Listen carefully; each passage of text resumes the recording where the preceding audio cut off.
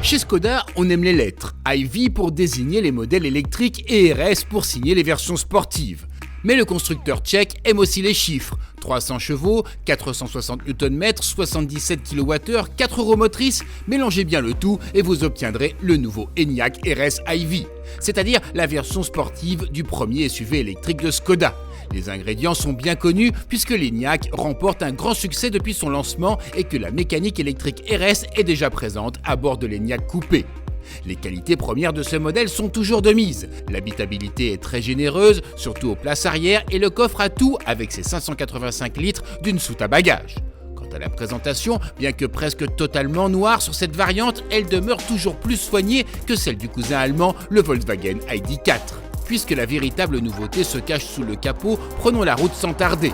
À basse vitesse, on demeure agréablement surpris par la souplesse qu'offrent les moteurs électriques, ce Skoda en possédant un sur chacun de ses essieux.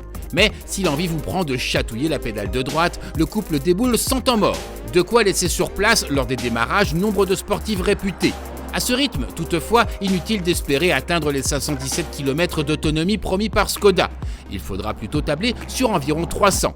Sur autoroute, mieux vaut faire usage du régulateur de vitesse adaptatif en série. En effet, la bonne volonté de la mécanique et le silence de cathédrale qui règne à bord concourent à vous faire atteindre la vitesse que le code de la route réprime. Et quitte à manipuler les différentes fonctions de l'auto, pensez à basculer en mode de conduite sport. Cela vous permettra de limiter les mouvements de suspension de ce beau bébé de plus de 2 tonnes de à vide. L'amortissement est d'ailleurs le point faible de ces SUV, à cause de réglages trop souples qui perturbent la précision de conduite, mais aussi le confort. Nous avons pu en avoir confirmation sur les routes de montagne qui composaient l'essentiel de notre parcours d'essai.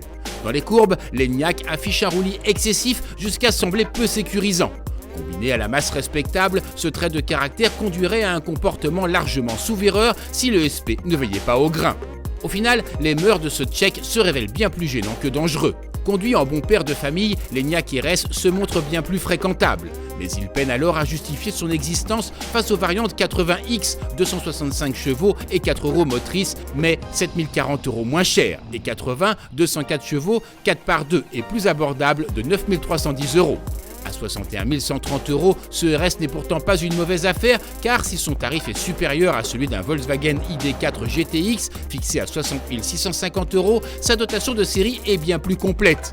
On y compte notamment la climatisation trizone, les projecteurs matriciels, le siège conducteur électrique et les jantes alliage de 20 pouces.